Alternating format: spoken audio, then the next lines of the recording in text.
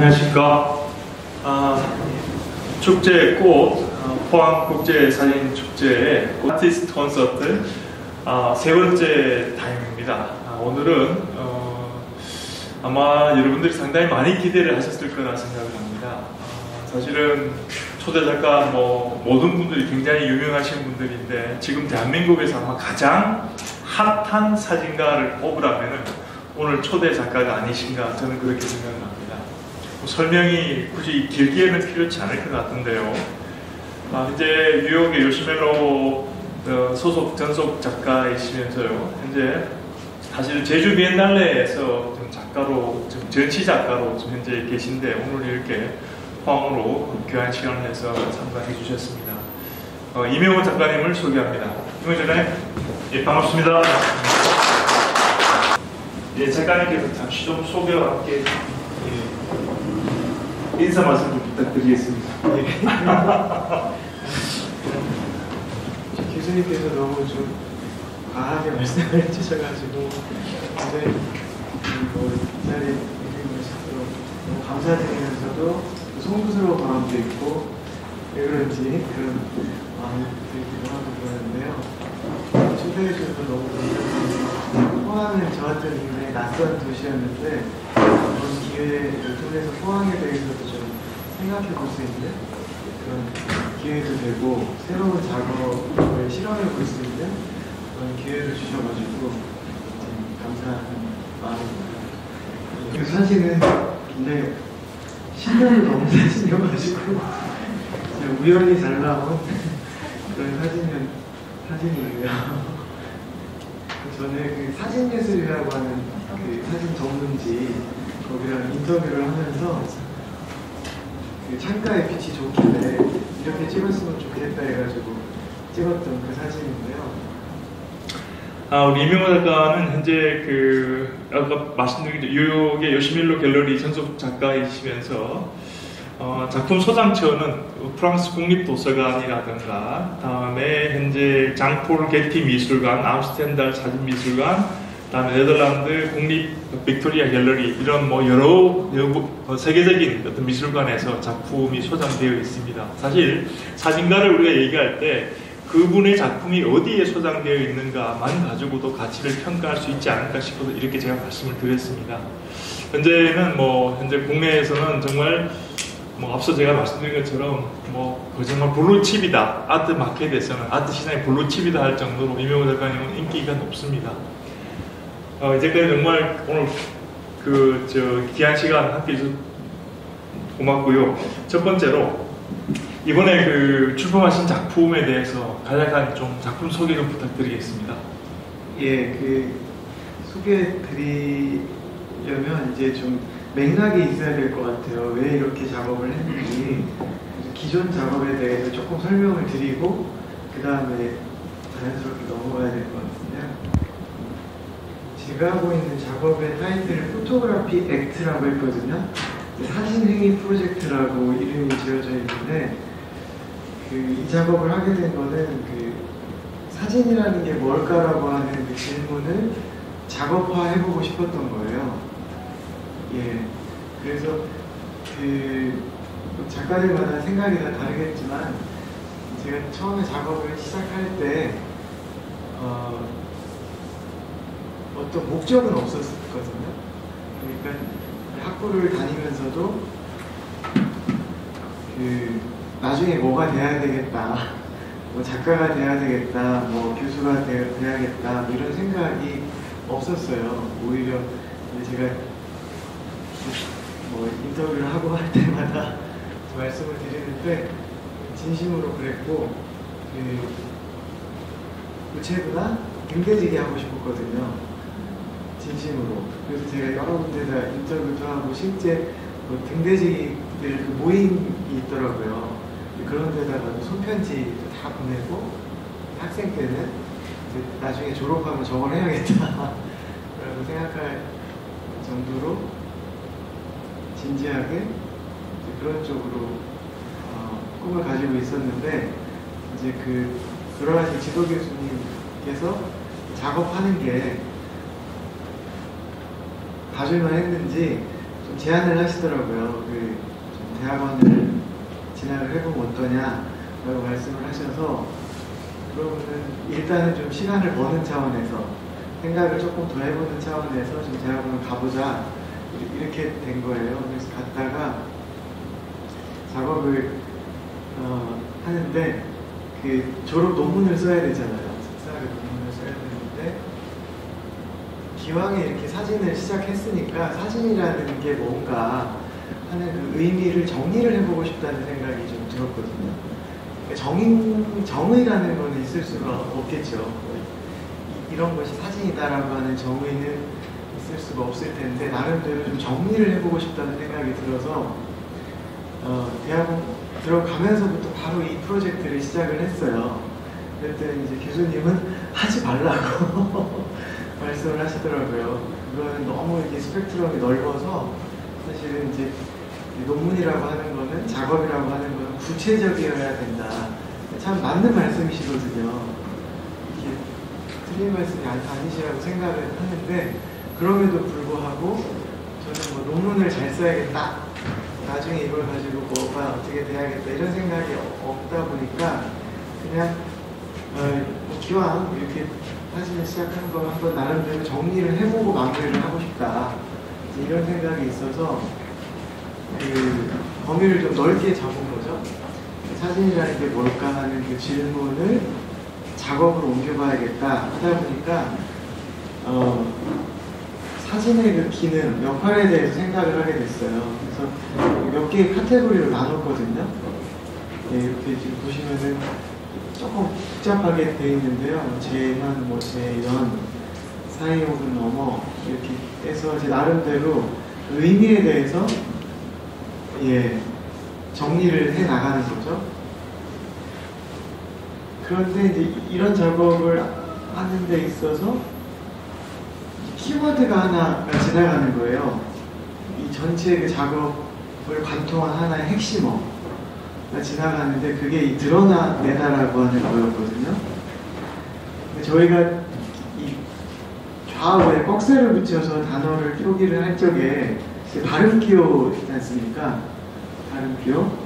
발음기호인데 드러내다라고 하는 그 발음으로 되는 단어가 딱 2개 있거든요. 그렇죠? 예. 그렇죠. 그 발음기호랑 또 철자가 똑같은 드러내다는 나타나게 하는 거죠. 그 다음에 들어내다 라고 하면은 반대잖아요. 사라지게 하는 거지 않습니까? 굉장히 아이러니하면서 너무 재밌는 거예요. 그 단어가. 근데 이게 그냥 문득 떠오른 게 아니고 이제 생각을 하는 과정에서 자연스럽게 연상작용이 일어나게 되는데 우스갯소리인데 또 진담이기도 한 저는 8차주의자라고 해요. 스스로 얘기할 때 제가 종교는 없거든요. 없는데 이렇게 다 운명 같은 거예요. 모든 일들이. 그래서 그냥 정해진 대로 지금 살고 있는 게 아닌가 하는 생각이 들 정도로 그래서 이런 드러내다라고 하는 핵심어가 나타나게 되는 것도 자연스럽게 한국에서 사진 작업을 하라고 이렇게 태어난 건가 하는 생각이 들 정도로 이제 그렇게 되는데 이제 왜 이게 이제 핵심어가 됐느냐면요. 이제 다시 돌아가서 사진행위 프로젝트에서 맨 처음 했던 작업이 나무 현작이라는 작업인데요. 이런 형태의 작업이에요.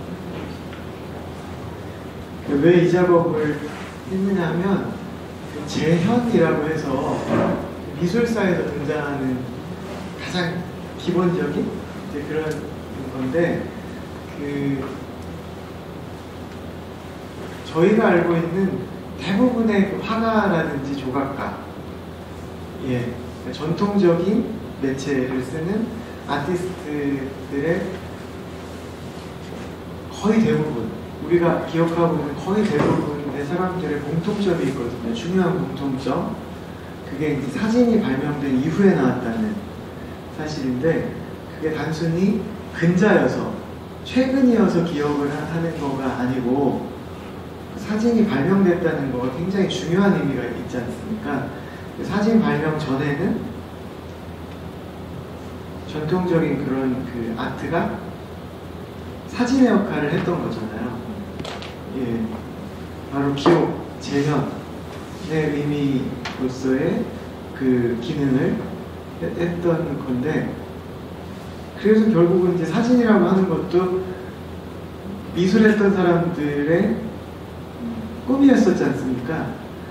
예, 어떻게 하면 똑같이 그릴 수 있고 어떻게 하면 똑같이 만들 수 있을까를 고민하다가 결국 사진이라는 걸 만들고, 그때 당시에 이제 그 여러 신문 컬럼이나 이런 데도 등장을 하지만 이제부터 회화는 끝났다, 뭐 이런 표현도 나오고, 그거는 이제 할 일이 없어진 거죠, 사진이 나옴으로써.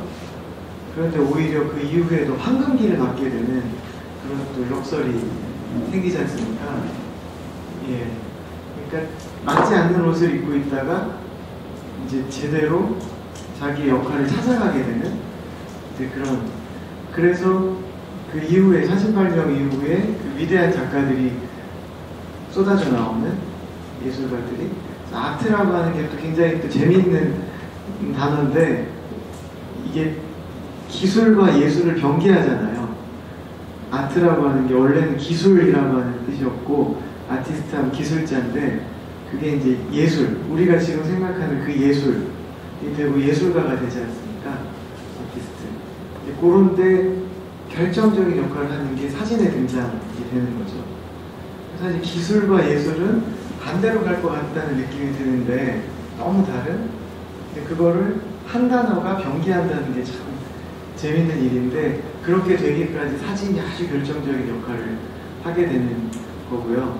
그래서 어찌 보면은 재현이라고 하는 것이 가장 기본적인 모든 예술의 원초적인 기능이라는 생각이 들어서 그 의미로 환기하고 싶었어요. 그래서 사진이라고 하는 것이 이제 시공간에, 지금은 뭐 다 디지털이지만 그 전통적으로 문학적으로 표현을 하자면 이제 시공간의 한 지점에 필름을 잠깐 넣었다 꺼내는 거지 않습니까? 예. 그래서 환기를 시키는 거잖아요. 그래서 어떤 지점을 들춰내서 환기시키는 거, 다시 보여주는, 거기까지가 예술가가 하는 역할이 아닐까. 저는 또 그런 생각이 들었거든요. 여러 가지 이제 작가들마다 생각이 다를 수 있죠. 다를 수 있는데, 그래서 이제 자기 어떤 주장을 강요한다기보다는 그 문제를 들춰내는 거죠. 그러니까 채점위원이 아니고 출제위원이 되는 거죠. 좋은 작가라고 하는 거는 이제 밝은 눈을 가지고 그런 문제가 될 수 있는 지점을 찾아내는 사람. 그런 사람이 좋은 작가가 아닐까, 그런 생각을 갖고 있는데, 그런 의미를 재현 작업에서 표현을 한 거거든요. 이렇게.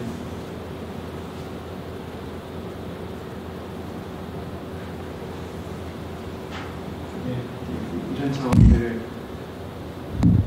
하게 됐습니다.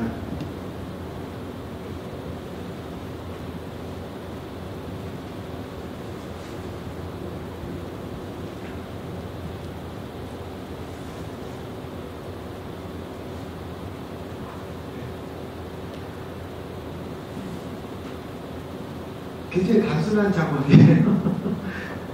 그러니까 캔버스 화가들이 그림을 그리지 않습니까? 그 그림을 그리는 행위 대신에 그 캔버스를 실제 하는 공간에 설치를 시켜서 사진에 담는 행위를 통해서 그 전통적인 미술과 그 사진의 그런 관계, 역사 이런 것들을 환기시키는 그런 작업을 하게 됐던 거거든요. 그러다 보니까 이제 저희가 사진을 처음 할 때 교수님께서 그러시는 거예요. 근데 사진뿐만이 아니고 모든 미술도 마찬가지고 문학도 그렇고 뭐 연극도 그렇고 모든 장르의 매체들이 다 마찬가지일 건데 관점을 제시하는 거라고 말씀을 하시더라고요. 관점을 제시하는 거예요. 뷰포인트 한 점을 찾는 거다. 뭐 기자들이 글을 쓸 때도 마찬가지고 이렇게 연극도 그렇고 무용도 그렇고 다 마찬가지인 것 같아요. 또 관점을 제시하는 거 굉장히 그 옳은 말씀이시라는 생각이 들었고, 그래서 이 뷰포인트 한 점을 찾으려고 굉장히 애를 많이 썼거든요. 뷰포인트. 사진은 뷰포인트 하나를 찾는 거지 않습니까? 그거에 따라서 전혀 다르게 이게 보이잖아요. 그래서 이렇게 나무 하나를 선정을 해놓고도 1년 이상을 보는 거거든요. 그래서 제가 1년에 신작을 한 3점? 4점? 이렇게밖에 못해요. 여러 가지 이유들이 있는데 관찰을 오래 하는 것도 있고 제작비도 많이 들고 조금씩 해야지 희소가치가 있잖아요. 소장농이에요. 유기농 작가.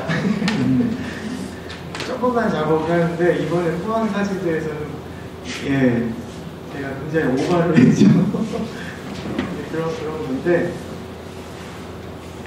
그래서 이제 그 점 하나를 찾으려고 굉장히 보고 또 보고 계속 하는데 나름대로 나무의 그 성격을 가장 잘 드러내는 뷰포인트, 그러니까 얼굴이라고 할까요? 파사드라고 할까요? 그런 것들이 있을 것이다라고 생각해서 그 캐릭터를 가장 잘 보여줄 수 있는 곳을 찾으려고 애를 많이 썼거든요. 근데 어느 순간이 되니까 회의적인 생각이 들더라고요. 왜 그러냐면 이 대상이라고 하는 게 꼭 나무여야만 되는 건 아니고요. 그거는 이제 문학으로 치면 저희가 대유법이라는 표현을 쓰잖아요. 그 어떤 하나의 대상이지만 모든 존재를 다 나타내는 그런 의미인데, 그 나무라고 대상을 정했을 적에 그 나무에 그러면 캐릭터를 드러낼 수 있는 게 딱 한 점뿐일까 하는 생각이 드는 거예요. 그럼 사실 이게 뷰포인트라고 치면 무한대지 않습니까? 그렇죠? 무한대의 뷰포인트를 갖고 있는데 그 대상이 그 중에 하나를 드러냈다라고 하면 저희가 수학적으로 치면 무한대분의 1이 되잖아요. 그러면 이게 0이죠. 예, 무한대분의 1은 0. 물론 이제 엄밀히 따지면 0으로 수렴하는 거죠. 0인데 그렇게 생각하니까 이게 아무것도 안 한 꼴이 되는 거예요. 나는 그 나무의 캐릭터를 잘 드러내겠다고 재현의 그 역사를 환기시키겠다고 했지만 사실은 아무것도 안 한 꼴이 되더라고요. 아무것도 안 한 꼴이. 그게 수학적으로도 증명이 되는 거예요. 너 아무것도 안 했어 라고 나무가 말하는 것 같더라고요. 예, 나를 네가 잘 캐치했다고 생각하지만 너는 아무것도 하지 않은 거야 라고 얘기를 하는 거예요. 그래서 이게 예, 굉장히 큰 뭐라 그럴까 좀 뭐 깨달음이라면 너무 거창하고 이제 요새 친구들이 하는 말로 시쳇말로 현타가 온다는 표현을 쓰는데요.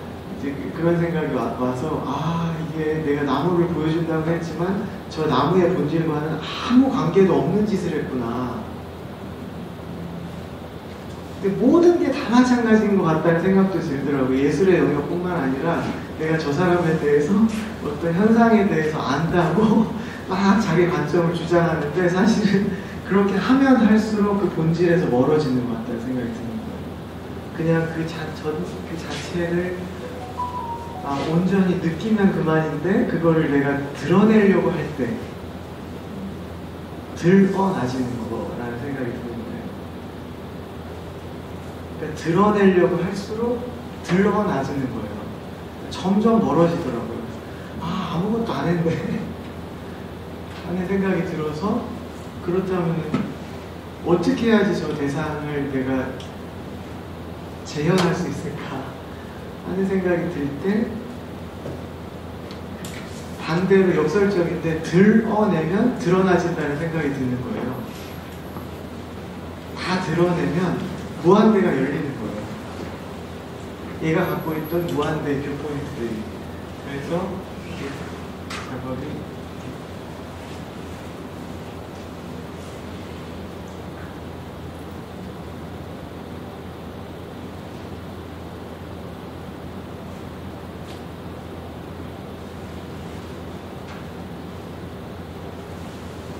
빈 캔버스를 설치를 하기 시작했거든요. 여기는 그 부산에 있는 다대포인데요. 다대포. 그래서 여기가 밀물 썰물 차이가 한 300m쯤 된다고 그러더라고요. 굉장히 주소간만의 차가 심한 거죠. 그렇게 됐는데 한 달 정도 저거를 설치를 해놨고요. 굉장히 웅장해 보이는데 높이가 1m 정도밖에 안 돼요. 파도의 힘 때문에 뭐 건축이 들어가지 않는 이상은 바다에 설치하는 게 쉽지가 않잖아요. 그래서 위로 드러나는 거는 한 1m고 밑에 이제 박혀 있는 부분이 한 2m 정도. 그래서 크레인도 안 들어가려고 하더라고요.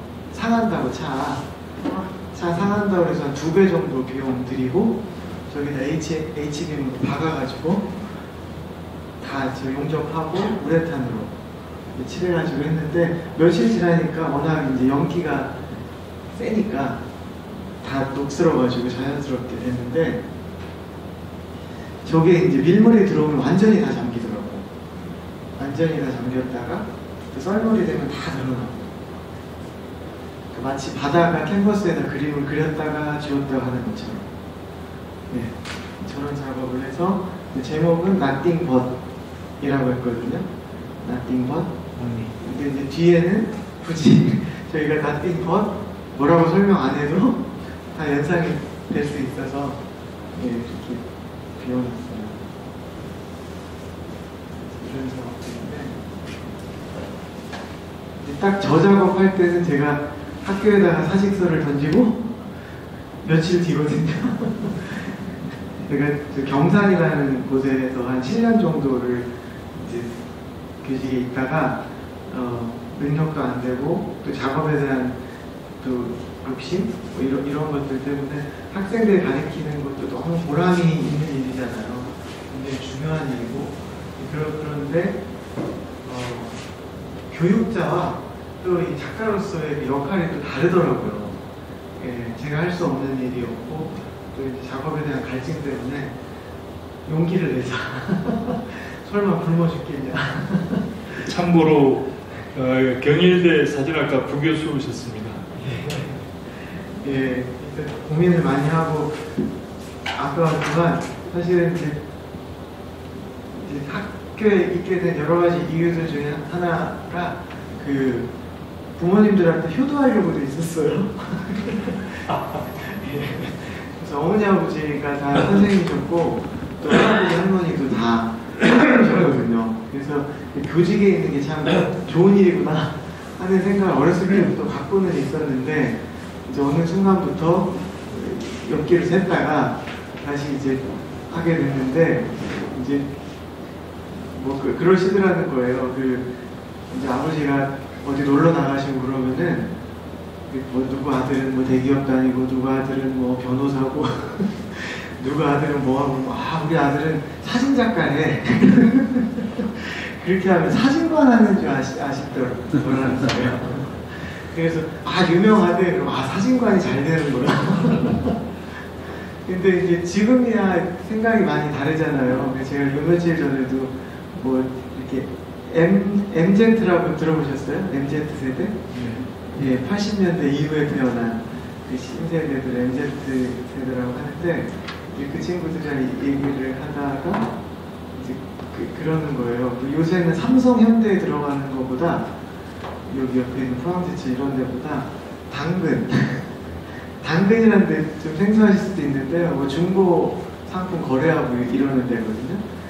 배달의 민족 이런 데 취업하는 거를 더 프라이드를 느끼고 더 좋아한다는 거예요. 저만 해도 그게 안 와닿거든요. 에이 이렇게 되는데 전혀 사고가 다르더라고요. 예, 그러니까 그런 정도니 이제 저희 아버님 세대에서는 이제 그렇게 생각하실 수 있죠. 사진관을 하는 거다. 예, 이제 그렇게 생각하셔서 사실 그게 뭐 사진관이 뭐가 나쁘다고 하면 어때? 라고 할 수 있는데 또 예전에는 뭐 이렇게 찍사 이런 표현들을 써가지고 이렇게 폄하하는 분위기도 사실 있었잖아요. 그래서 조금 이제 그런 부분에 대해서 이제 좀 있으셨나 봐요. 예, 그래서 이렇게 좀 학교에 가면 어떠냐 이런 얘기를 좀 하시더라고요. 그러던 차에 어찌됐든 기회가 생겨가지고 교직에 있었는데 제 할 일이 아니다는 생각이 들어서 지금 다시 나와가지고 지금은 뭐 우스갯소리인데 작가라고 쓰고 백수라고 읽는다. 백수죠 뭐. 이렇게 하고 있고요. 그래서 그때 이제 사직서를 딱 던지고 비웠잖아요. 살얼음판 같은 현장으로 나왔잖아요. 굉장히 위태위태한 일이고 당장 어디서 뭐 돈 나오는 데도 없고 그런 상황이 됐는데 마음이 꽉 차는 거예요. 저 작업을 할 때. 예, 딱 그만두고 며칠 뒤거든요. 마음이 꽉 차는 걸 느꼈어요. 그래서 아, 비우니까 채워지는구나. 마치 아까 그 드러내야 드러난다는 것처럼 비우니까 채워지는 그런 경험들을 했거든요. 네, 그래서 하기를 잘했다라고 하는 합리화를 시키면서고요. 그래서 제가 저 포항에서 작업을 하는 것이 이것과 연결이 돼요. 연결이 되는데 제가 포토그래피 액트라고 하는 이게 이제 메인 카테고리이고요. 그 안에 이제 몇 개의 다시 소분류가 있었는데 그 외에 이제 또 이런 또 카테고리들을 만들어 놨어요.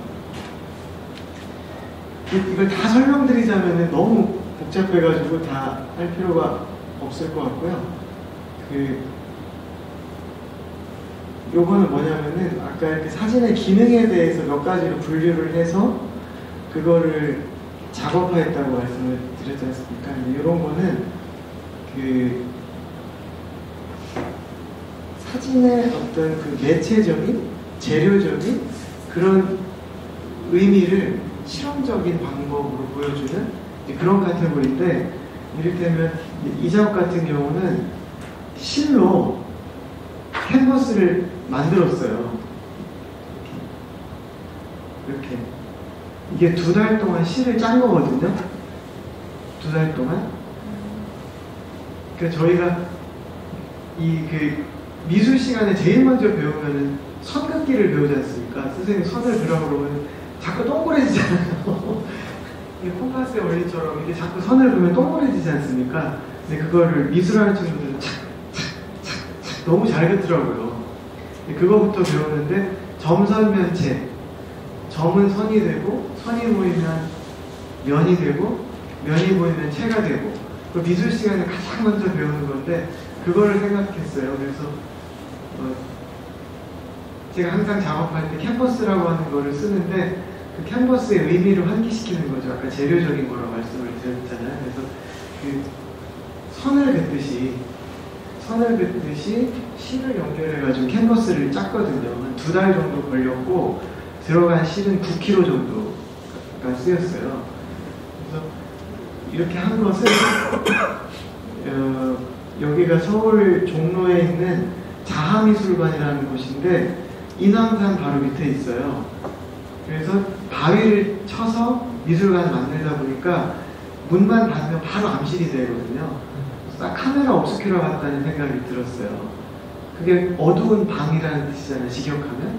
그래서 카메라 obscura가 되고 여기 보이는 저 등, 저거가 그 핀홀이 되는 거죠. 핀홀처럼 빛이 들어오는 구멍이 되고, 저 앞에 있는 캔버스가 처음에는 필름이 없었으니까 캔버스를 세워놓고 화가가 들어가서 그림을 그렸잖아요. 예, 그걸 따라서 맺힌 상을 보고 그림을 그리다가 나중에는 정착하는 기술이 생겨가지고 캔버스에 그릴 필요가 없이 딱 이미지가 고정되는 이제 그런 원리를 환기시키는 건데, 그러니까 캔버스와 필름의 의미를 생각하게끔 저걸 만들어 놓고 피놀에 이렇게 저 빛이 들어오는 것처럼 사람이 딱 조합해 쓰면은 등이 탁 터지게끔 하면 이렇게 그림자가 생기거든요. 그림자가 생기면 저희가 잔상이 남아요. 예, 이 터지는 순간은 뭐 몇십 분의 1초잖아요. 잠깐 팍 터지고 나면은 그 앞에 잔상이 이렇게 어른어른 생기거든요. 그걸 이용해서 잔상과 잠상, 그러니까 현상한다고 그러지 않습니까? 그 필름에 들어있는 거 현상하는 거. 현상 전의 상태를 잠상이라고 하잖아요. 그 잠상과 잔상의 의미를 연결시켜서 캔버스하고 필름의 그 관계성을 환기시키는 이런 실험적인 작업을 한 거거든요. 이런 작업이 들어가고 그거가 조금 확장되는 게 이렇게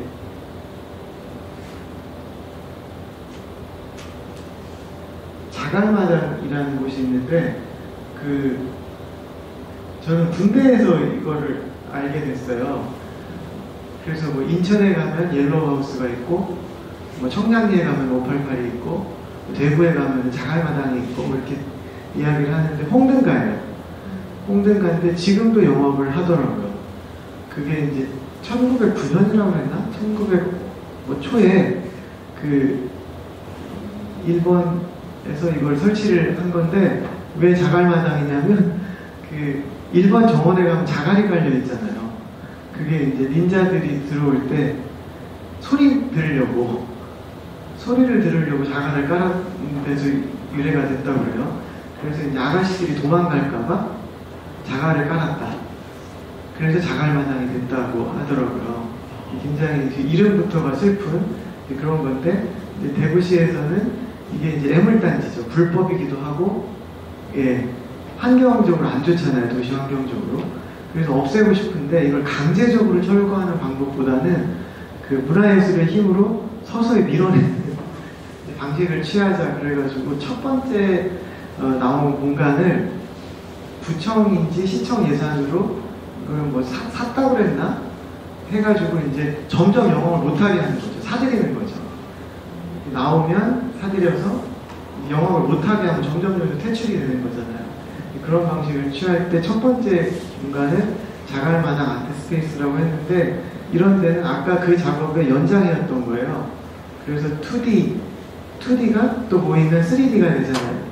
체가 하나의 구감 덩어리처럼 그러기도 하고 이 실이라고 하는 게 동서고금 그 스토리, 사연을 상징하지 않습니까? 그래서 이 실을 또 2달 정도 학생 4명하고 같이 엮었어요. 계속 엮어나가고 그 안에는 장미를 심었거든요. 여기가 그 아가씨들이 앉아있던 자리예요.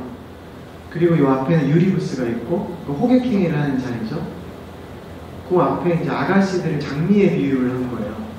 비유를 하고 이 수많은 사연들에 얽혀서 옴짝달싹 할 수 없는 상황. 그래서 이 장미가 피지도 못하고 지지도 못해요. 이 사연에 엮여서, 실에 엮여서 피지도 못하고 지지도 못하는 딱 그 젊은 슬픈 청춘의 이야기를 딱 비유적으로 이렇게 표현을 한 거죠. 근데 참 신기하게도 장미가 끝까지 안 죽고 살아남더라고요. 굉장히 억세더라고요, 생명력이.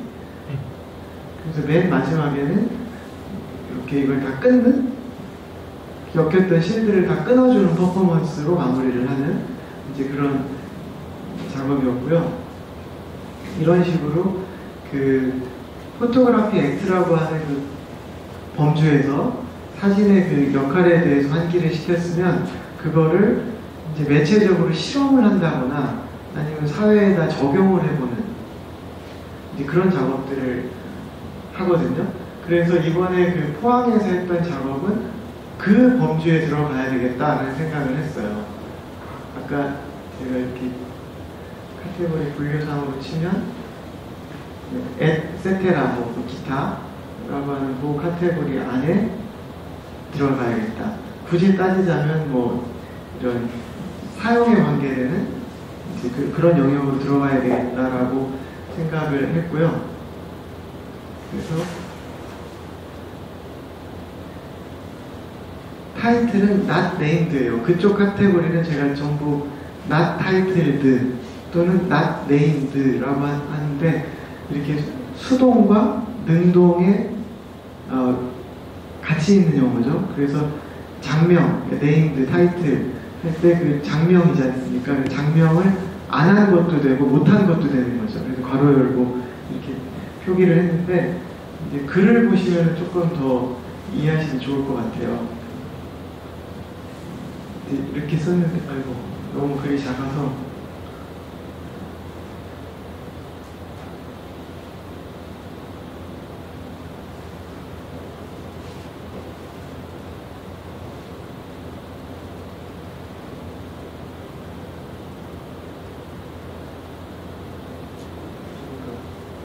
보시면 예.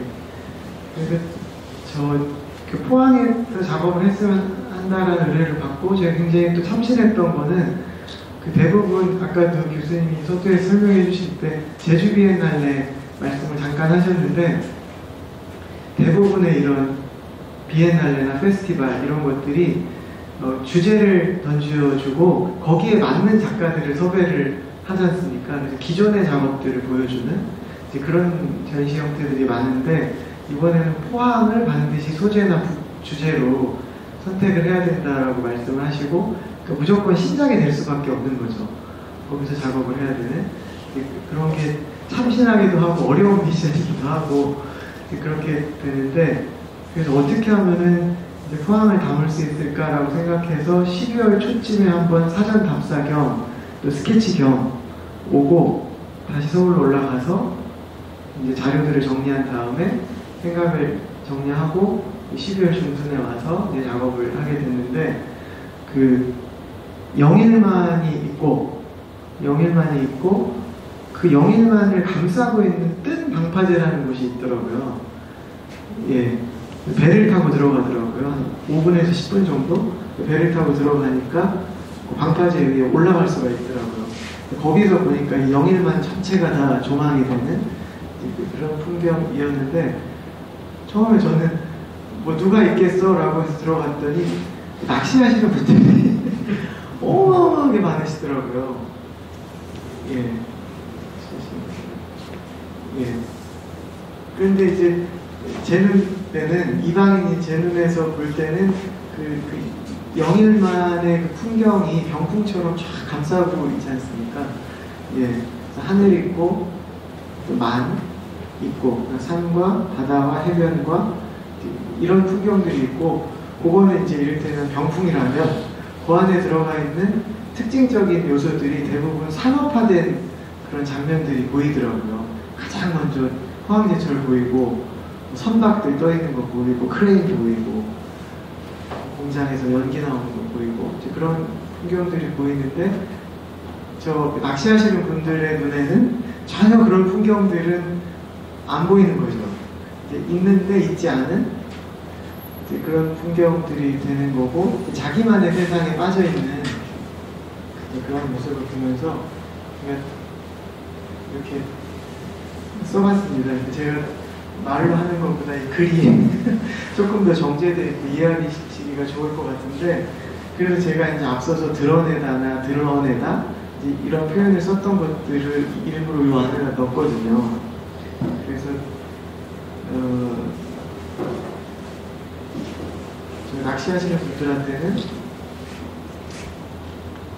드러나는 그런 풍경이 되는 거고 또 이방인 저한테는 드러나 있는 풍경이 되는 거고 이제 그런 건데 있어도 없는 거고 또 보고도 못 본 거고 이제 그런 의미들을 제가 상징적으로 보여줬던 그런 오브제들 대상들을 다 드러내버리고 그 다음에 그들만의 세상에 빠져있는 그런 거를 전부 조색을 해가지고 예, 비유적으로 표현을 한 거예요. 예. 그래서 지금 설명이 좀 길었는데 제 작업들이 다 단순한 작업이거든요. 형식도 단순하고 개념도 되게 단순한데 이거를 좀 말로 설명을 드리려니까 좀 길게 표현이 됐지만 이번에 포항에서 했던 작업들은 그런 연장선상에서 있다. 예, 이렇게 말씀드리겠습니다. 너무 설명이 길었네요. 아니 오늘 아티스트 토크가 굉장히 진지해서 굳이 제가 사회를 뭐 질문을 던지고 하진 않았습니다. 그대로가 좋았던 것 같고 끝나고 또 다시 1층으로 한번 가보시면은 아마 작품을 바라보게 되는 것이 조금 더 달라진 모습으로 볼 수 있지 않을까. 사실 저도 오늘 이 PPT 내용은 저도 처음 본 작업들이 있습니다. 정말로 우리 유명호 작가가 뭐 워낙 사실 유명해요. 지금 뭐 국내에서 뭐 사실 가히 탑이라 해도 현재 시점에 탑이라 해도 틀리지 않을 정도로 유명한 작가를 이 자리에 지금 모시고 있는데 제가 다른 뭐 사실 질문들을 좀 몇 개 준비하기는 했습니다만 뭐 우리 작가님께서 거의 다 얘기를 해주셨고 거의 다 녹아든 것 같은데 우리 이명호 작가님께는 이거는 꼭 여쭙고 싶어요. 뭐냐면은 사실 해외 작가, 해외 어떤 시장 진출에 대한 부분들 사실 지금 가장 선두에서 해외 시장에서 또 스포트를 받고 계시지 않습니까? 지금 이 자리에 계신 분들이 대부분들이 이제 사진가들이 많은데 좀 해외 시장의 어떤 진출에 대해서 우리 작가님이 아시는 선내에서 조금만 얘기를 한번 해주시죠. 제가 감히 또 그런 것들을 이제 뭐 이런 방법만이 정답이다라고 말씀드리는 건 말도 안 되는 얘기인데 그냥 제가 느끼는 부분들은 요새 그 한류가 정말 대단하지 않습니까? 그래서 저도 너무 피부로 와닿는 부분들이 교수님께서 아까 서두에 뭐 프랑스 샤또 그런 말씀들을 잠깐 주셨는데 그 프랑스 그 와이너리가 굉장히 콧대가 높더라고요. 예, 사실 그 샤또라고 하는 게 캐슬이라고 하는 의미라고 하네요. 저는 샤또 이퀄 와인인 줄 알았어요. 예전에는. 근데 그게 아니고 샤또는 영어로 캐슬, 성이라는 뜻이 있는데 그래서 그 지방의 어떻게 보면 영주인 셈이죠. 근데 그들이 하고 있는 많은 사업 중에 하나가 와인일 뿐이더라고요. 그렇게 돼서 하는데 이제 그러다 보니까 보통 뭐 몇백 년에서 뭐 1000년, 2000년 자기네 집안은 그러니까 저희하고 같이 지금 몇 년째 하고 있는 그 샤또도 보르도에 있는 생데밀리옹이라고 하는 곳에 있는 샤또인데 거기도 그 1100년 정도 됐대요.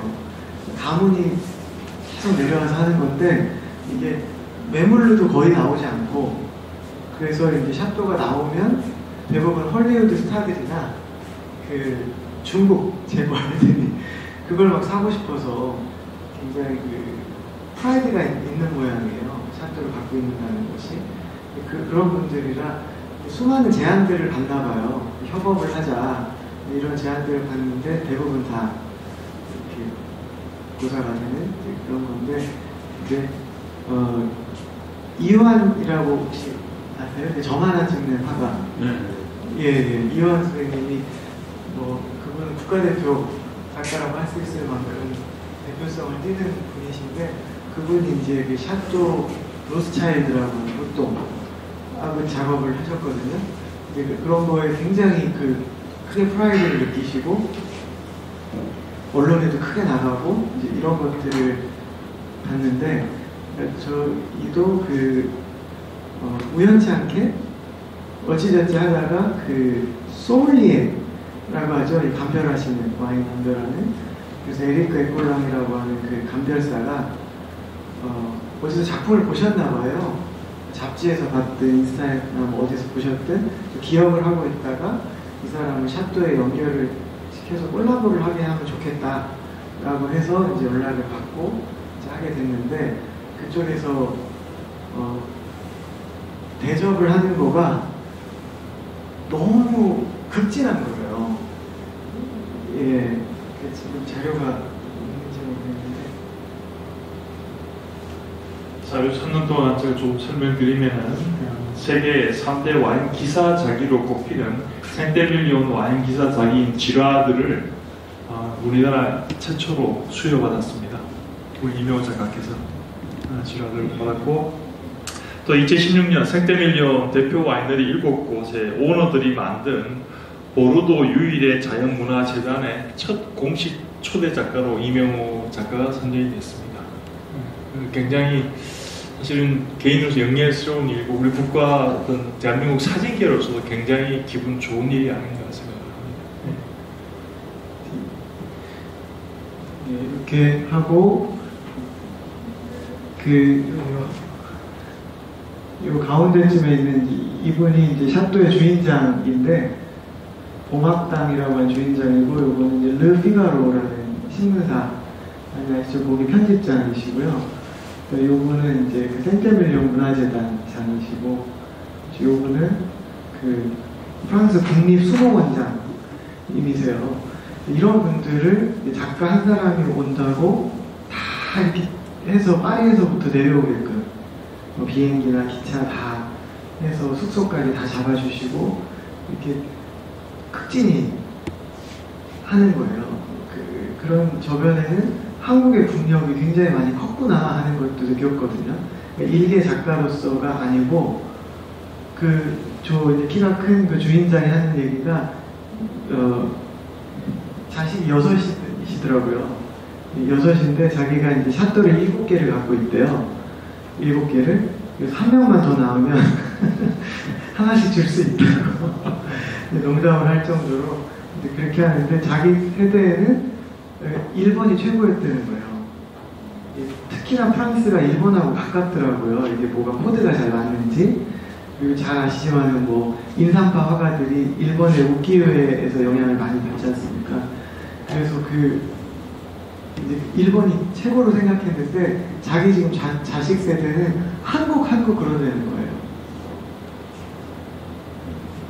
예, 완전히 자기도 잘 이해가 안 됐대요. 왜 그렇게 생각하는지 뭐 대충은 알죠. 하도 이제 한류에 대해서 언론에 나오니까 이제 자기 자식 세대에는 일본은 뭐 완전히 뒤떨어진 나라고 한국을 최고로 생각하는 그런 분위기가 뭐 있다고 하더라고요. 그래서 어딜 가나, 뭐 뉴욕을 가나, 파리를 가나, 이렇게 한국에서 왔다고 그러면 너무 신기해하고, 이제 교수님도 아까 말씀하셨지만 이제 시쳇말로 핫한 거죠.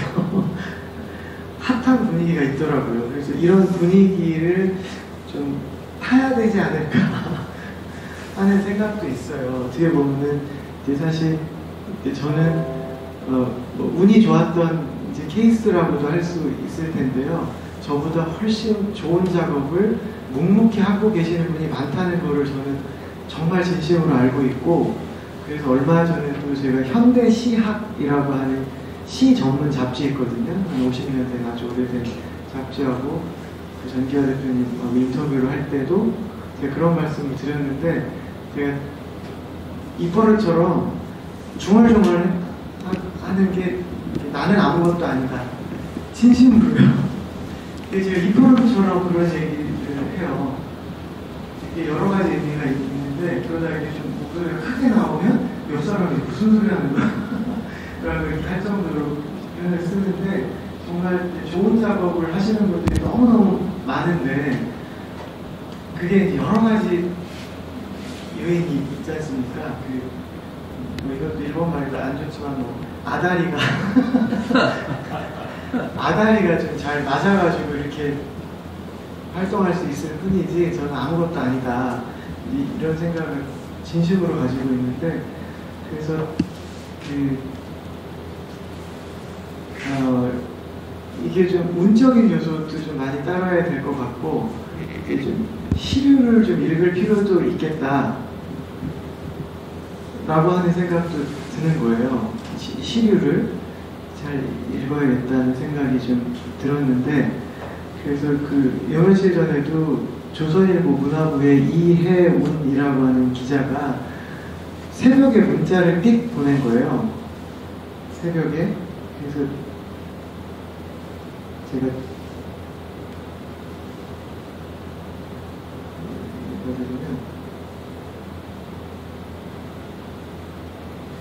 이렇게 문자가 왔어요. 작가님 밤늦게 죄송한데 지지 하디드가 인스타 스토리에 작가님 사진을 올렸어요. 대박. 이렇게 하고 이거 인스타를 찍어서 저한테 새벽에 보낸 거예요. 그래서 이게 무슨 소리야? 자다 말고. 그래서 저희 스태프들한테 그걸 캡처 받아가지고 딱 보냈거든요. 그랬더니 그 새벽 1시가 넘었는데 저희 스태프한테 전화가 오는 거예요. 진짜요? 이래요. 지지 하디드라는 게 도대체 뭐냐? 그렇게 했더니 셀럽이래요. 유명한 셀럽. 미국의 모델이래요. 모델인데 그 사람이 인스타에 올리는 거가 대단한 일이라는 거예요. 그래서 이게 제 생각에는 저도 와닿지가 않는 거예요. 그까짓 게 뭐라고 라고 생각을 했는데 저도 벌써 이제 MZ 세대하고도 다른 거죠. 그래서 많이 각성을 하고 좀 변해야겠다 뭐 이런 생각들도 하고 그랬는데 그래서 제가 이게 지지난주쯤 있었던 일인데 정확하게 1월 8일이네요. 1월 8일에 있었던 일인데 며칠 동안 생각이 굉장히 많아졌어요. 그러니까 사람들이 저의 그 작업을 보면서 많이 하시는 말씀들이 참 작살졌지만 시적이다 이런 평을 많이 쓰시고 그래서 그 김춘수의 꽃이라는 시 혹시 아세요? 예. 너의 이름을 불러주었을 때 꽃이 되었다. 그 작업이 생각난다. 이제 그런 말씀을 많이 하세요. 환기에 관계되는 걸 하니까 그 이름 모를 나무에 이제 이름을 붙여주는 것처럼 그런 작업이다. 그리고 뭐 고은 선생님의 그 꽃. 내려올 때 보았네, 올라갈 때 보지 못했던 그 꽃이라고 하는 2줄짜리 시. 그런 거를 작품 옆에 연필로 적어서 붙여놓고 간 사람도 있었어요. 예. 그리고 이제 어떤 분들은 이제 그 나띵벗이라고 하는 아까 텅빈 캔버스 작업을 보면서 노래 가사를 적으셨더라고요. 옛날 노래래요. 제가 너무 그 노래를 찾고 싶어서 열심히 검색을 했더니 유명하지 않았던 노래여가지고 찾기는 찾았어요. 할 말이 너무 많아서 백지로 편지를 쓴다. 참 너무 좋은 표현이잖아요. 그런 표현이고 그 다음에 요새 지금 30대 MZ 시인 중에 제일 잘 나가는 시인 이우성이라고 하는 시인이 있거든요. 이우성 미남 컴퍼니라는 그걸 하는데 이분이 어떤 표현을 쓰냐면 제가 전시를 할 때 한겨레에다가 컬럼을 썼더라고요. 거기에 뭐라고 썼냐면 시적이라고 하는 것이라고 하는 제목이에요. 그러면서 저희 전시에 대한 그 컬럼을 썼는데 맨 마지막에 그렇게 쓴 거예요. 뭐 이제 그 이명호의 작업을 두고 사람들이 시적이라고 말하는데 그것은 시적인 것이 아니라 거기에서 이제 쿵 했다가 다시 반전이 일어나는데 그것은 명백히 시다. 그렇게 쓴 거예요. 시적인 것이 아니라 명백히 시다 라고 쓰면서 이제 이우성 씨가 이렇게 길게 1월 2일 날 문자를 길게 썼어요. 그래서 그 컬럼 때문에 제가 이분을 너무 만나고 싶어서 한겨레 부장님한테 연락을 해서 그 컬럼 쓰신 시인을 보고 싶다 했더니 잘생긴 남자더라고요. 그래서 지금은 친해졌는데 맨 마지막에 그 시인이 저한테 저의 시인 이명호 작가님께 이렇게 써서 저 울 뻔했어요. 이런 표현들을 많이 써주시는데 왜 제가 이 말씀을 드렸냐면 그래서 시적이라는 표현들을 많이 쓰는데 그래서 나도 시인이구나. 근데 지지 하디드라는 그 인스타의 사건을 보면서 원시인이구나. 시인은 시인인데 원시인이구나. 왜 그랬냐면요. 뉴욕타임즈나 조선일보에 실리는 게 중요한 게 아니라는 거예요, 요새는. 한 사람 한 사람이 전부 다 미디어라는 거예요. 그 SNS라고 하는 그 문화 때문에 지금 이제 40 전에 있는 세대들이 그 특성들을 가지고 요새 사회적으로 굉장히 화두가 많이 되지 않습니까? 뉴스에도 많이 나오고 그런 걸 풍자하는 SNL이라고 하는 그 프로에서도 보면 풍자적인 걸 많이 이렇게 보여주고 하는데 걔네들의 그 캐릭터가 형성되는 기저에는 그 소셜미디어가 있다는 거예요. 굉장히 개인화되고 네트워킹화되고 여러 가지 그런 성격들을 규정을 할 때 그렇게 하는데 한 사람 한 사람이 다 미디어고 팔로워를 많이 갖고 있는 사람을 인플루언서라고 해서 영향력 있는 사람 그 사람들이 예전에 조선일보고 예전에 뉴욕타임즈인 거죠. 그러니까 요새 젊은 사람들은 아예 안 본다는 거예요. 그런 거를 누가 뉴욕타임즈를 보고 누가 조선일보를 보냐는 거예요. 거기에서 이제 또 충격을 받은 거죠. 그거는 이제 옛날 매체인 거고 그러니까 이 사람들에는 그냥 인스타가 더 중요한 거예요. 트윗이 더 중요한 거고. 그러니까 지지 하디드가 옛날에 뉴욕타임즈라는 거예요. 이 사람이 어떤 글을 올리느냐, 어떤 이미지를 올리느냐가 그런 거구나. 제가 굉장히 생각을 많이 하게 되는 며칠이 있었거든요. 정말 반성을 해야 되겠고 시대를 좀 읽어야겠다. 너무 그냥 내 안에 똘똘똘똘 말려가지고 그냥 내 것만 하고 살았구나. 밖을 안 봤구나. 저는 카톡도 안 해요. 인스타, 페이스북 아무것도 없어요. 트윗도 없고 카톡조차 할 줄 모르고 어떻게 구성되는지도 몰라요. 그래서 이렇게 다 문자로 하거든요. 그럼 이제 어떤 분들은 저한테 이렇게 휴대폰 보여주더라고요. 저 문자 쌓인 것 좀 보시라고. 258개 이렇게 찍혀있어요. 아예 안 본대요. 다 광고 문자는. 그래서 작가님이 거기로 문자를 보내시면 안 읽는다는 거예요. 그래서 저한테 충격적인 얘기를 하는데 조선일보 기자랑 이제 그래서 며칠 뒤에 만났는데 그런 얘기를 하더라고요. 자기가 이렇게 관찰을 해보니까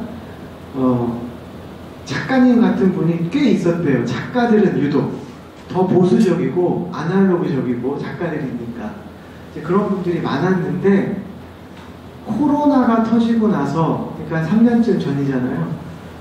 그 시점에 작가들이 막차를 다 탔대요. SNS에.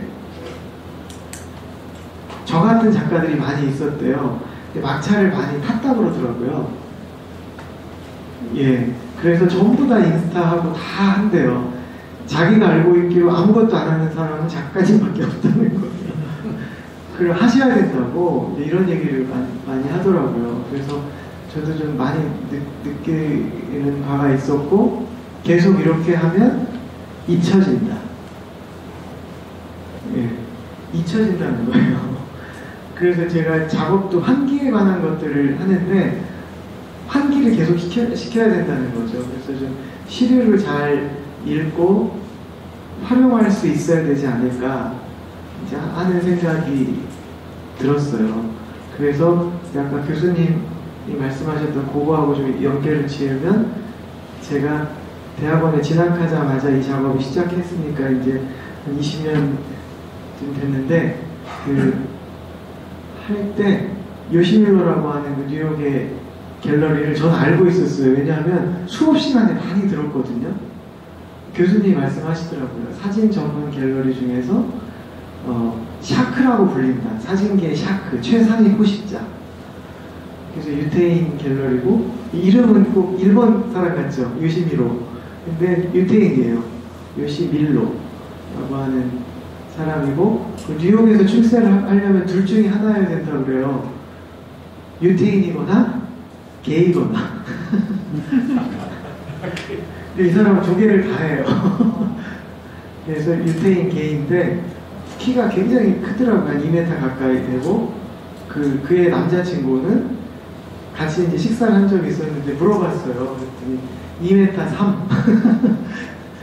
그렇게 되는데 처음에 이제 이메일만 주고받다가 전화통화를 하자 그래가지고 기다리고 있다가 통화를 하는데 제가 이름이 명호잖아요. 근데 이걸 영어로 옮길 때 너무 긴 거예요. 그래서 MYOUNGHO라고 쓰면 서양 사람들이 읽을 때 정확하게 발음을 못하는 거예요. 그래서 호자를 띄었어요. 일부러 명 띄고 호 띄고 리 해서 왜 미들네임이라고 하잖아요. 가운데 이름이 거기에 들어가면은 조금 더 있어 보이잖아요. 그래서 이렇게 흔히들 하는 반 이렇게 하듯이 이렇게 귀족들이 그 미들네임들을 쓰잖아요. 그래서 그런 느낌도 좀 줄 겸 겸사겸사 명호리 이렇게 하니까 명만 제 이름이 되는 거예요. 근데 이 사람이랑 첫 통화를 할 때 제가 사르르르 녹았어요. 남자한테. 제가 표현을 잘 못하겠는데요. 미용 미용 이렇게 얘기를 하는데 그 표현이 얼마나 달콤한지 이 사람이 이렇게 하니까 이 사람이 권하는 작품은 사지 않을 수가 없구나. 예. 그 게이들이 굉장히 섬세하고 그 여성과 남성을 다 갖고 있는 상태잖아요. 그 사람들이 보여주는 그 음색이 약간 뭐 고양이 같은 소리가 나잖아. 미용 이러면서 그래서 아, 내 이름이 좋다. 왜냐하면 이제 저는 아타 선생님처럼 김아타라고 계셨잖아요. 아타가 원래는 다른 이름인데 이제 외국에서 발음하기 좋도록 받침자를 다 없애고 아타 뭐 이렇게 했다고 하더라고요. 그래서 그렇게 좀 필명을 써야 되나? 그런 생각을 갖고 있었는데 내 이름이 굉장히 유니크하고 한국적이고 굉장히 좋다. 명자를 제대로 발음할 수 있는 나라가 한국 사람밖에 없더라고요. 중국에 가니까 리밍하오 이러더라고요. 링이라고 하더라고요. 뭐 그렇고 그래서 이 명자를 그냥 살리자 이렇게 됐었는데 그만큼 이제 요시밀로가 유명한 사람인 거를 교수님이 하도 말씀을 하셔서 로렌타 룩스 독일의 여류 작가 로렌타 룩스 또 남아공 출신의 제 이름이 생각 안 나는데 하여튼 유명한 작가들을 발굴해서 세계적인 스타로 만드는 이제 그런 사람이라고 많이 이제 소개를 받아서 기억하고 있었는데 제가 작업을 몇 점 안 했을 때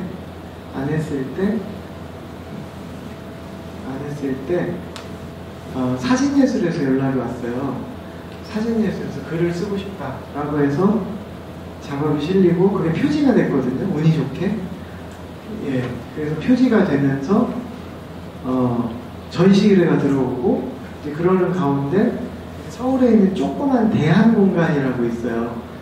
저희 구분을 잘 못하실 수도 있는데 정식으로 법률적으로 이게 전시장으로 등록하는 그 성격들이 크게 나서 세 가지가 있거든요. 미술관이 있고 갤러리가 있고 대한공간이 있어요. 이 세 개가 좀 다르거든요. 그래서 미술관은 비영리지 않습니까? 전시만 하고 작품을 소장하는 곳이고 갤러리는 전시하고 작품을 뱉어내죠. 파는 곳이고 대한공간은 전시만 해요. 사지도 않고 팔지도 않고 실험적인 이제 그런 곳인데 그런 대한공간 조그매요. 여기 요만해요. 그 작품 한 6점 보니까 끝이 이제 그런 곳인데 거기에서 첫 개인전을 했는데 그 디렉터가 시카고에서 공부를 하고 와서 영어로 보도자료를 만들더라고요. 영문으로. 그거를 뿌린 거예요. 각국에. 예, 그때만 해도 인스타 트윗이 나오기 전이니까요. 그 각국에다 뿌렸는데 그 파리에 있는 그 출판사 관계자가 그거를 보고 자기의 그 웹진이라고 하죠. 이렇게 지면 인쇄는 안 나오고 그 웹에만 실는 거기에 싣고 싶다. 이렇게 연락이 왔어요. 이메일로. 실어라. 좋다. 했는데 그거를 그 네덜란드인 암스테르담 미술관에서 그 웹진을 본 거예요. 그래서 이제 거기에서 지면 출판을 하고 싶다. 개간지에. 그래서 이렇게 여러 페이지를 싣게 됐어요. 그거를 요시밀로가 본 거예요. 요시밀로가 보고 그 책에 제 연락처가 전혀 안 나와 있으니까 거기에 이제 그 암스테르담 미술관 개간지에 이 사람이 이제 어디를 졸업하고 이제 이런 얘기가 나오니까 그거를 이제 팩스를 보낸 거예요. 행정실로 팩스를 보냈는데 제가 조교를 하고 있었거든요. 대학을 다니면서 조교를 하는데 행정실장님이 영어로 돼 있는 팩스니까 광고 뭐인 줄 알고 찢어서 버리시려고 했다가 혹시 몰라서 다시 보는데 명홀이라고 이렇게 돼 있길래 나 혹시 그 사진과에 이게 이조교 아니냐고 해가지고 전화가 왔어요. 와보라고. 갔더니 요시밀로라고 돼 있길래 깜짝 놀랐어요. 그래서 그 수업 시간에 배웠던 그 요시밀로가 혹시 마시멜로가 아닌가. 그래서 거듭 보고 거기에 연락처가 남겨져 있길래 연락을 하게 됐고 요시밀로가 이제 손을 대면서 이렇게 된 거예요. 예. 그래서 지금 요시밀로랑 일한 지도 거의 20년이 다 되어가는데 아주 초기부터 그거를 했기 때문에 더 큰 갤러리들도 있잖아요. 그쪽은 사진 전문 갤러리인데 더 빅 갤러리들, 뭐 화이트 큐브라든지 페이스 갤러리라든지 여러 갤러리들이 있는데 그런 데로도 가고 싶지 않을 정도로 굉장히 신뢰가 있고 강소 갤러리인 거죠. 작지만 강한. 그런 갤러리로 계속 일을 하고 싶을 정도로 이렇게 돼 있는데 이제 그런 좋은 사람을 또 만나니까 이게 잘 연결이 되는.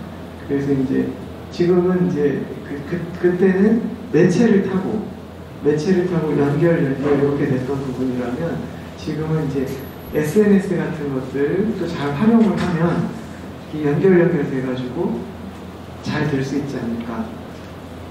요새 그렇게 해서 탄생한 작가들도 굉장히 많지 않습니까? 그래서 작년, 재작년에 NFT라고 하는 게 굉장히 핫했는데요. 잘 모르시는 분들 많을 것 같아요. NFT라고 해가지고 그게 주식과 같은 거예요. 작품을 주식처럼 쪼개서 지분을 거래하는 거거든요. 그래서 블록체인이라고 하는 기술이 있어서 이 블록체인은 모두가 공유하는 정보를 독점화하는 한 곳에서 정부나 어떤 기관에서 독점을 하는 정보를 그런 게 아니고 모두가 공유하는 거예요. 그러니까 해킹을 하기 참 어려운 구조라고 하고 앞으로는 이제 그렇게 모든 것들이 될 거라고 하는데 그 블록체인 기반을 이용을 해서 토큰을 발행해가지고 주식처럼 그거를 지분으로 쪼개가지고 거래하는 그런 게 이제 미술 시장에서 핫해졌는데 이름 모를 작가, 저희가 또 시쳇말로 듣보잡이라고 하지 않습니까? 잘 모르는 작가들의 작품이 7억, 700억. 그 다음에 그 크립토펑크라고 하는 그 캐릭터는 개당 120억. 막 이렇게 거래가 되는 거예요.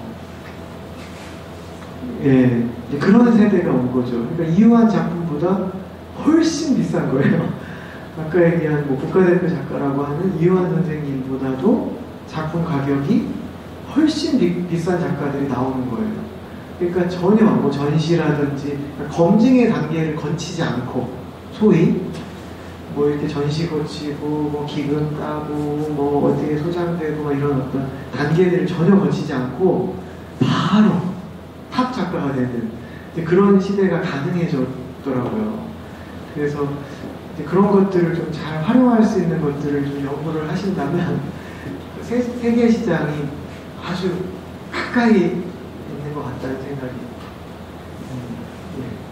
두 가지로 정리가 되는 것 같습니다. 일단 SNS를 해라. 무조건 해라. 인스타와 페이스북 이런 SNS가 중심이 될 것 같고, 또 하나는 영어를 좀 해야 되겠다. 영어를 좀 해야 되겠다. 사실 해외 팔로우 개척의 첫 시작이 그렇지 않을까 싶어요. 이번 포항국제사진제에 사실 초대 작가들도 저희가 어떻게 해서 셀렉을 했냐면은 셀렉을 할 때 사실은 인스타와 구글링을 통해서 가장 먼저 접촉을 했습니다. 그때 예술감독이 개인적인 연으로 접촉을 하지 않고, 물론 숱한 연은 있지만 일단은 가장 객관적인 측면에서 인스타와 페이스북, 그리고 일단 구글링에서 검증될 수 있는 사람들로 저희가 압축을 했습니다. 그래서 한 국가당 한 10명 정도를 놓고 거기서 다시 셀렉을 작업을 했었거든요. 사실 오늘 이 자리에 계신 이명호 작가하고도 사실은 계약 자체가 이명호 개인과 한 게 아니고 갤러리 전속이기 때문에 이 자리에 선조도 사실 갤러리 허락받고 나왔을 겁니다. 그렇죠?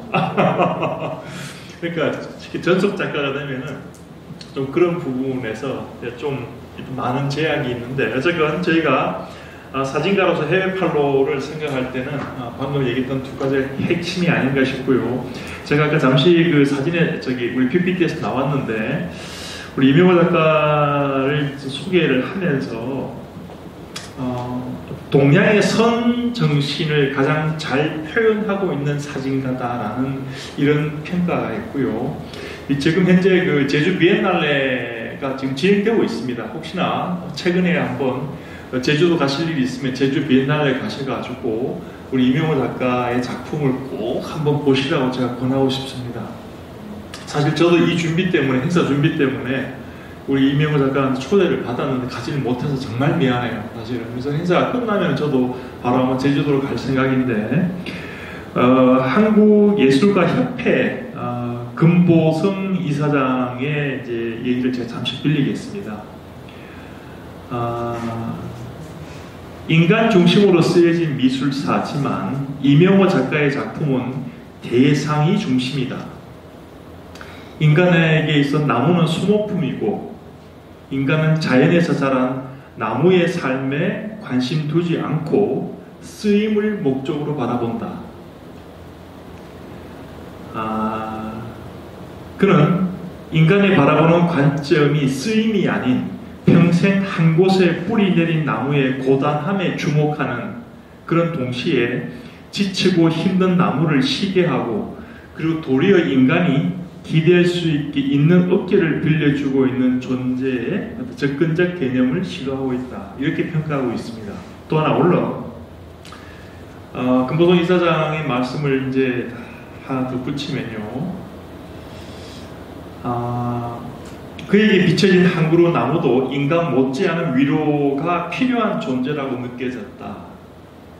자연과 나무 그리고 생명을 가진 모든 것들이 웃고 있어도 고독하면서 외롭고 소외된다는 것을 따뜻한 마음으로 인지하는 위로의 행위에서 도출된 이명호 작가의 작품은 이우환과 마크 로스코의 작품들과 공통점이 있다라고 이번 제주 비엔날레에서 평가하고 있습니다. 사실 현재 우리 국내에서 현존하는 작가 중에서 미술가 중에서는 이우환 작가를 참 많이 얘기하지 않습니까? 마크 로스코 저 설명치 않도록 잘 아실 건데 사실 우리 이명호 작가께서 이런 반열에서 평가받고 있다는 것은 여기 우리 이렇게 이 자리에 함께하는 것이 굉장히 의미 있는 자리가 아닐까 그렇게 생각을 해요. 제가 시간 관리를 좀 해야 될 입장이어서 오늘 혹시나 우리 프론트에 계신 분들한테 제가 딱 2분 정도한테만 질문의 기회를 드리겠습니다. 어차피 이게 지금 또 4시에 아티스트 토크가 예정되어 있기 때문에 한 30분 정도에는 마무리할까 하거든요. 혹시 꼭 이명호 작가님한테 질문해보고 싶다든가 하시고 싶은 말씀 있으신 분 있습니까? 네.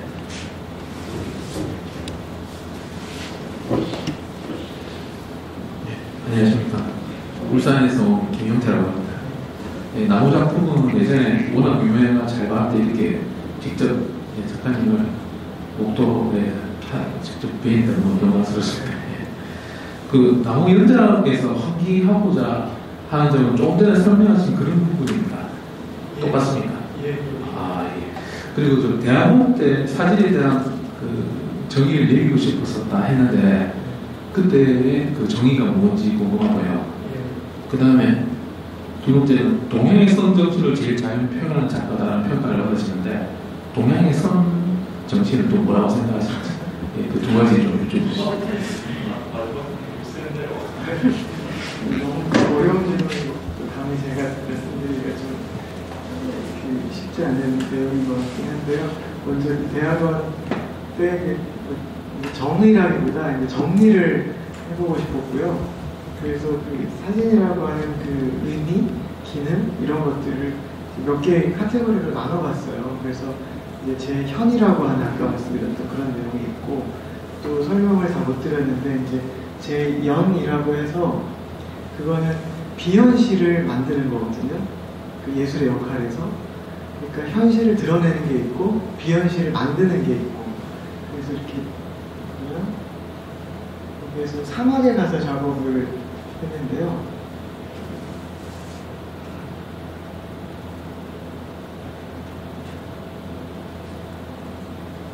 사막에 오아시스라든지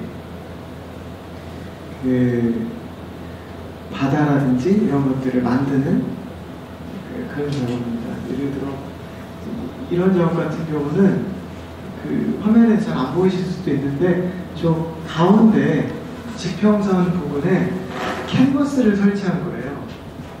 캔버스를 3km를 설치한 거거든요. 3km를 320명의 학생들이 들고 서 있는 거예요. 예. 그래서 저 뒤에 보이는 모래산이 명산산이라고 해서 모래산이거든요. 돈황 혹시 아세요? 돈황. 예, 돈황입니다. 예, 돈황에 내려서 한 2시간 정도 버스를 타고 고비사막 안쪽으로 들어간 거거든요. 그래서 학생을 통째로 섭외해서 이렇게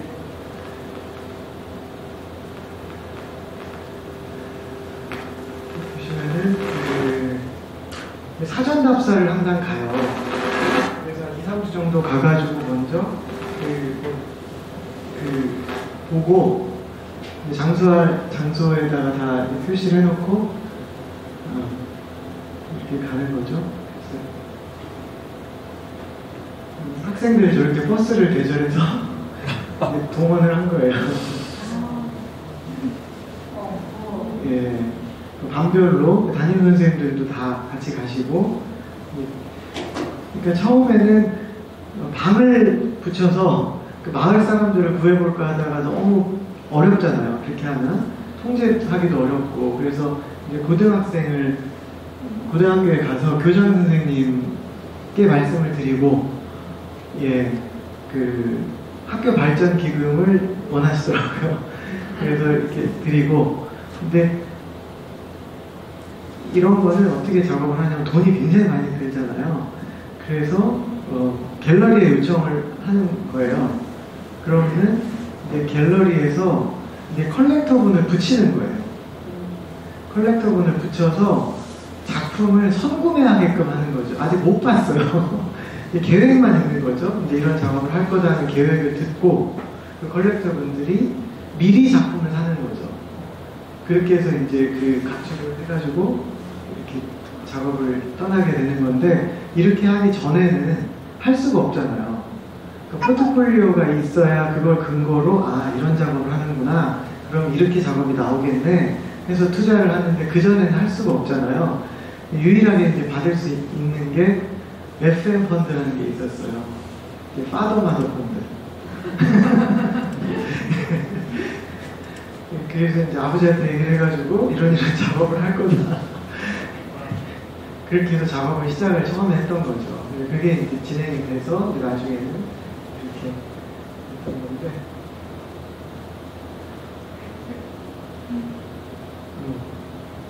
이렇게 보시면 여기 학생들이 캔버스를 쭉 펼치고 있는 장면이 있잖아요. 이렇게 펼쳐서 저는 필름 카메라 쓰고 있고요.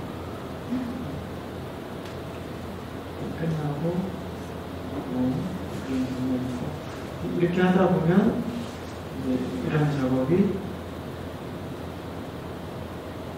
나오게 되는 거죠. 이렇게 해서 아까 그 명사산이라는 모래무지산 이렇게 작업 전경에서 지나갔을 텐데, 그런 앞에 캔버스를 설치해서 마치 앞에가 해변가처럼 보이게 하고 저 뒤에가 섬처럼 보이게 하는 거죠. 가운데가 빈 캔버스인데, 빈 캔버스가 앞에 신기루가 생기는 거예요. 일종의 물처럼 보이게 만드는. 예, 그런 이제 역설을 통해서 이제 그 비현실의 이야기를 환기시키는 거죠. 언뜻 봐서는 사실 제가 이렇게 설명하지 않으면 많은 관객들이, 심지어 그 큐레이터들도 처음에는 저게 풍경 사진이네. 예, 어디 할리 가가지고 저 사막이랑 바다 이렇게 같이 있는 그런 데 가서 그 풍경 사진을 찍었구나, 이렇게 생각하셨는데, 그게 아니고 저 캔버스 뒤에 300명이 들어있는 거예요. 그러니까 이 작업 과정을 알면 반전이 일어나는 거죠. 그래서 그 캔버스 앞에 있던 거가 저 바다인 줄 알았던 게 캔버스구나. 허상을 보는 거죠. 비현실을 만드는. 그런 것들을 통해서 그 예술의 의미를 환기시키는 이런 작업을 또 했던 거고, 그 다음에 이제 아까 얘기했던 그 나띵것이라고 하는 그런 작업들.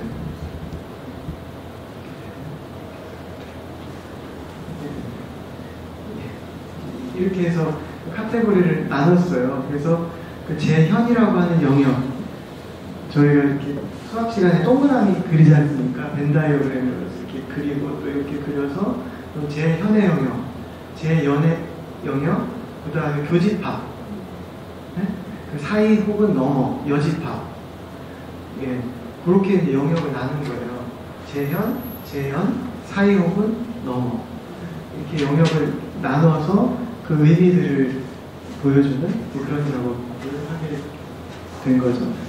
그리고 그 선이라고 표현했던 그 부분은 사실 외국에서 이제 그런 표현들을 쓰세요. 젠, 시적인 그런 뭐 그런 것도 말씀을 하시고 하는데 이제 그분들의 그 평가라서 제가 정확하게 딱 그 의미를 말씀을 드릴 수는 없겠지만 이번에 그 포항에서 하는 이 축제에서 가장 핵심어가 sustainable, 그러니까 지속 가능성, 지속 가능할 수 있는 뭐 이런 거지 않습니까? 근데 이제 그런 거하고도 관계가 있다는 생각이 들어요. 아까 제가 잊혀진다는 표현을 썼잖아요. 이렇게 원시인처럼 있다가는 잊혀지겠다. 이제 그런 표현을 썼는데 그래서 저도 늘 고민하거든요. 잊혀지지 않으려고. 그게 바로 지속 가능성이지 않습니까?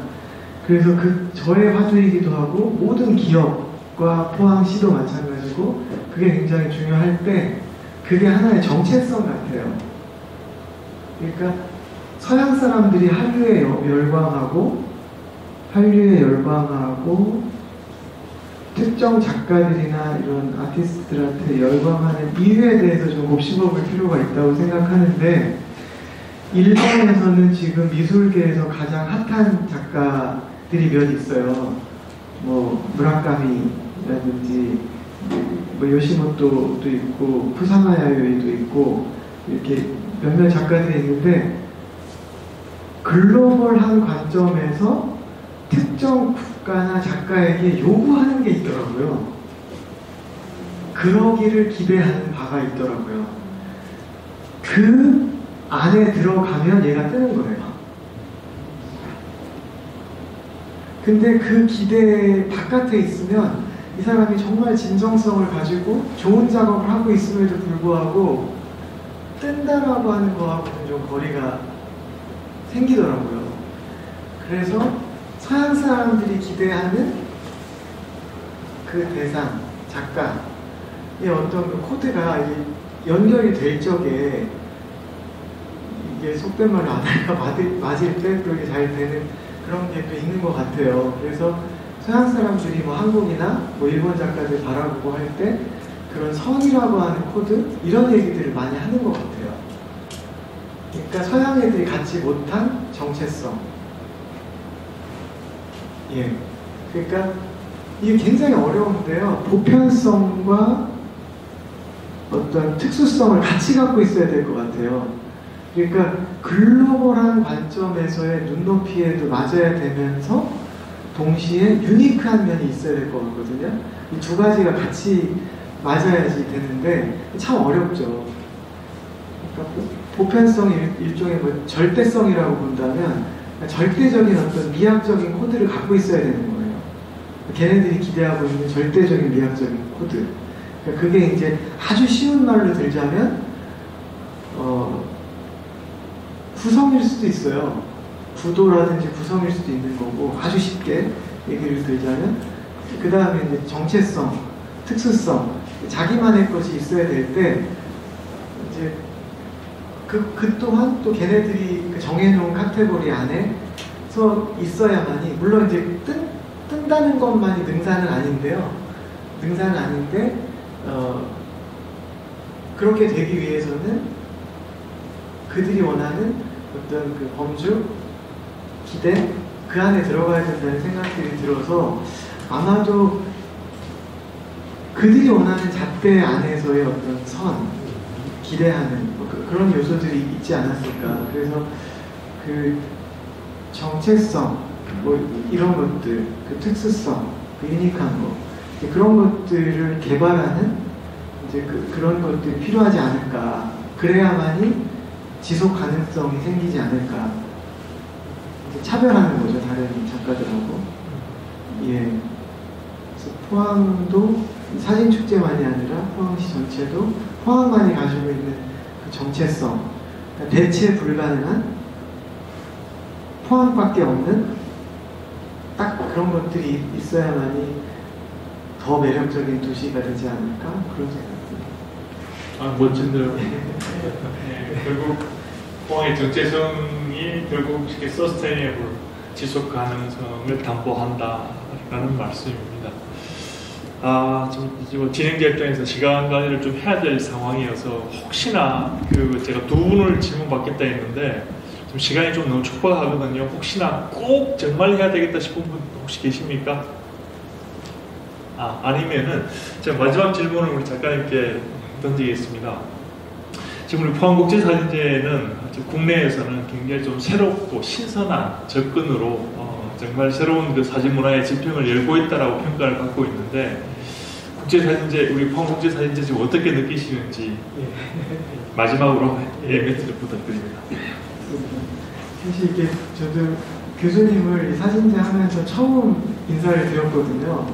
예, 조남이라든지 그 존재는 알고 있었지만 처음 이제 뵙는 거였는데 그 취지가 너무 좋았어요. 아까도 다른 비엔날레하고 차별성 이제 그런 것들에 대해서도 말씀을 하시면서 굉장히 공감이 많이 되고 그렇게 됐는데, 사실 진행하다 보면 어려운 점들이 많이 생기지 않습니까? 원래 이제 구상했던 거하고 실제 이렇게 실현되는 거하고 그런 와중에 이게 또 뭐가 잘 안 맞게 되면은 흐지부지 되다가 사라질 수가 있는데, 제발 그러지 않았으면 하는 마음이 있어서 요새 그 중꺾마라고 하는 말이 있어요. 그러니까 저도 많이 공부를 하거든요. 그래서 저희 일부러 그 제 어린 스텝이 이제 23살짜리 그 여학생이 하나 들어왔는데 그 친구한테 항상 배워요. 매일 나한테 그 요새 시류적인 이야기를 해달라고. 그랬더니 중꺾마 아세요? 중꺾마가 뭐냐 그랬더니 무슨 뭐 어떤 유명한 웹툰 작가가 뭐 가수라고 했는데 누가 쓴 말이래요. 중요한 건 꺾이지 않는 마음이다. 그거를 이제 요새 사람들이 자꾸 줄여서 말하잖아요. 중꺾마 뭐 이렇게 이야기를 하는데, 그거를 이제 그 손흥민이가 이번에 월드컵 할 때 인터뷰하면서 그 말을 썼다고 그러네요. 그러면서 이게 전 국민적으로 알려지게 된 그런 거라고 하는데, 중꺾마 쓰면 좋겠다. 감사합니다. 그것은 꺾이지 않는 마음이다라는데, 좋은 날 정말 자리 함께 해주셔서 정말 감사하고요. 오늘 세 번째 우리 아티스트 토크 우리 이명호 작가를 모시고, 정말 저는 그 제가 진행을 맡았지만 마치 저 공부하듯이 저도 굉장히 귀를 기울인 시간이었습니다. 함께 해주셔서 감사하고요. 한 30분 쉬었다가 또 4시에 정복채 작가를 모시고 진행하겠습니다. 우리 이명호 작가님께 큰 박수 한번 부탁드립니다.